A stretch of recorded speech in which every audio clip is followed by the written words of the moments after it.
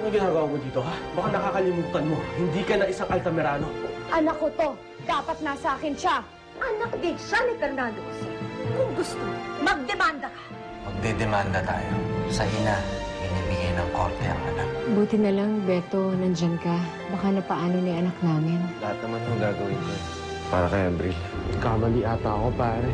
Saan? Hindi ko kayang mabuhay na wala si Rosalinda sa tabi ko. Nakalakad ka na. Paano nangyari to? Alam mo ba kung bakit ko pinilit na gumaling? Bakit? Para magawa ko to. Liligawan ko siya ulit. Yayayain ko siyang magpakasal. Will you marry me, Rosalinda? Please make me the happiest man in the world. Alex, ginulat mo naman ako. Please lang, huwag kang lumuhod dyan. Tumayo ka nga.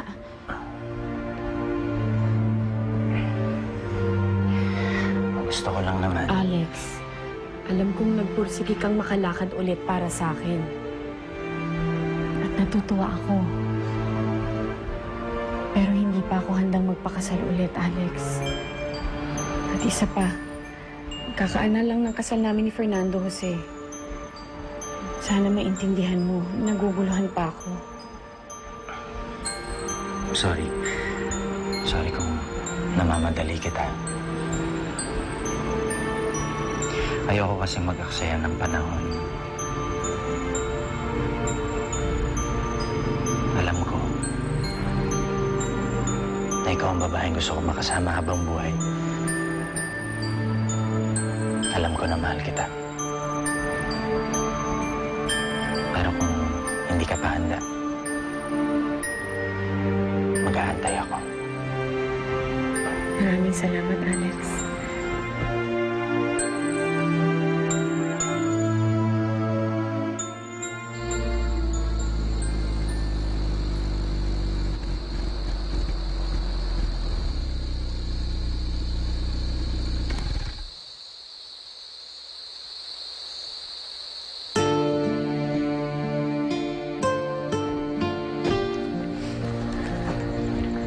Ayos, pare, ah. Mukhang nagbibinata ka ulit, ah. Iba ka. Hiniwalayan mo yung asawa mo. Tapos ngayon, niligawan mo ulit. Pare, alam mo naman hindi ako seryoso na nakipaghiwalay ako, di ba? Nag-block ako nung nag-file ako ng annulment. Akala ko kasi, aamuin ako ni Rosalinda kasi mahal pa niya ako. Yun lang naman ang gusto ko. Kaya lang, hindi niya ginawa. Kaya pinairal mo yung ego mo. Nagulat ka na biglang natuloy yung annulment nyo. That's why I'm here right now. Para ayusin to.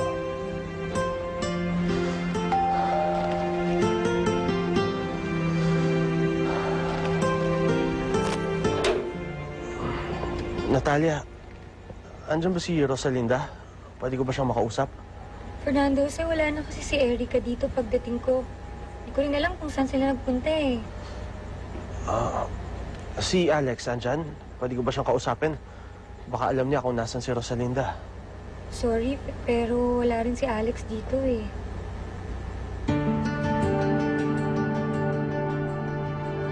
Alam niyo ba kung saan nagpunta si Fernando Jose? Ako, hindi ho, Ma'am Rosalinda eh. Hindi nga rin namin alam kung anong oras po siya uuwi. Ma'am, tamagan mo na lang para makauwi na sa agad. Para ano?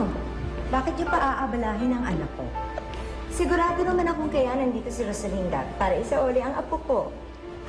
Kaya apo, kamusta ang iyong bakasyon? Kunin niyo na yung mga gamit ni Erica. Lupita, akit para sa taas. Sandali. Mga gamit ko yan. Itong puti lang kay Erica. Sige po, Ma'am. Rosalinda, kaya ba dala mo yung mga gamit mo dito dahil wala na kayo ng kabit mong si Alex? Hindi ko ho siya kabet, Mama Valeria. Magkaibigan lang talaga kami ni Alex. Wala kaming ibang relasyon. Totoo po yun. Kasi po, si Kuya Fernando si pa rin po mahal ni Ate Rosalinda. Kaya pala dala mo yung mga gamit mo at hinahanap mo yung anak ko.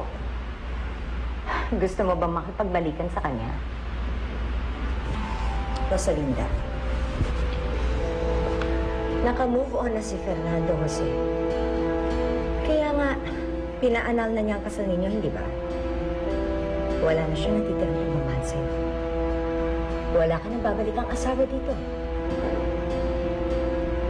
Kung ako sa'yo, magsisimba na lang ako. At pagsisisihan ko ang lahat ng ginawa kong kasalanan. Adios.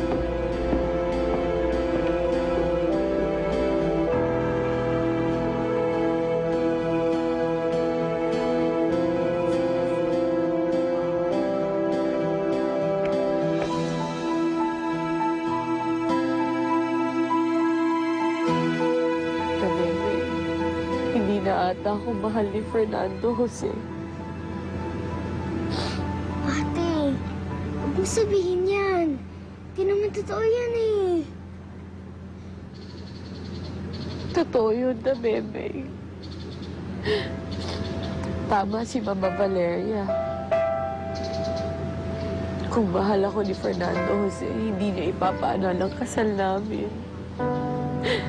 Pero nagawa niya pa rin yun. Kaya ibig sabihin, hindi niya na talaga ako mahal.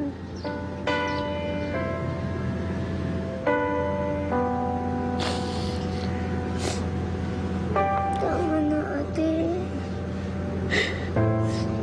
Huwag ka na umiyak. Ate, ako naiyak kasi.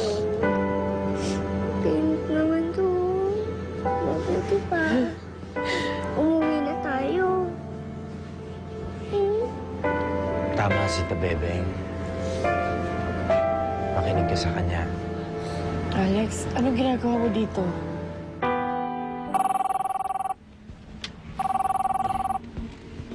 Hello, Ma. Napatawag kayo.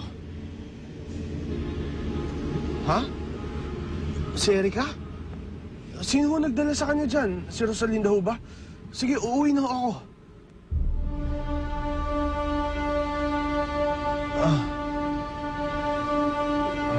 Sige po, Ma. Salamat. Kanina ko pa kayo sinusundan. Kaya alam ko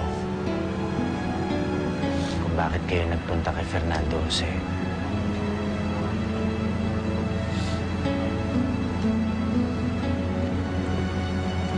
Hindi mo na kailangan magpaliwanag. Naiintindihan kita. Alam kong hindi mo ako mahal. Pero huwag mo na maalisin sa akin nang mahalin ka. Lalo na ngayon na maliwanag na sa'yo na hindi na talaga kayo pwede ng asawa mo. Kaya umuwi ka na, Rosalinda. Hindi mo na kailangan pang umalis. Pangako, hindi na kita pipilitin na magpakasal. Hindi ko na yun hihingin sa'yo. Ang gusto ko lang, umuwi ka na. Yun na lang ang hihilingin ko sa'yo.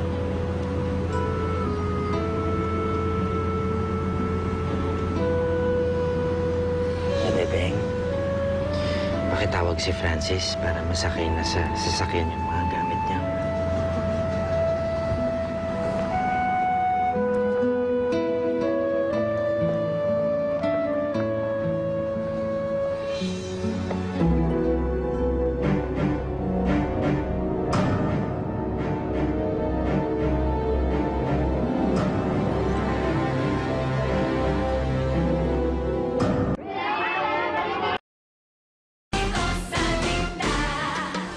Pabayaan mo na yan. Sila na lang ang kukuha ng mga gamit mo. Sige po. Sige. Pasok sa loob. Pasok na po kayo. Salamat. Halika, Javier. Tuloy ka. Talagang kailangan nakaakay ka, ha? Hindi ako, Florencio, baka mawala si Javier. Baka maligaw sa bahay. Hindi mawawala. Pwede mo na sa bitawan. Lorenzo, pasensya ka na kung pati kami nakakagulo sa'yo. Eh, hindi naman kasi namin nakalain na bigla lang kami papalayasin yung landlord namin, yung kasama namin. Sama-sama naman po ng landlord ninyo. Dapat hindi naman niya ginawa yun sa inyo. Hayaan niyo na yung Becky. At saka Florencio, hahanap agad kami ni Javier na mauupahan para hindi kami makaabala sa inyo na matagal. bang pinagsasabi ni Techi?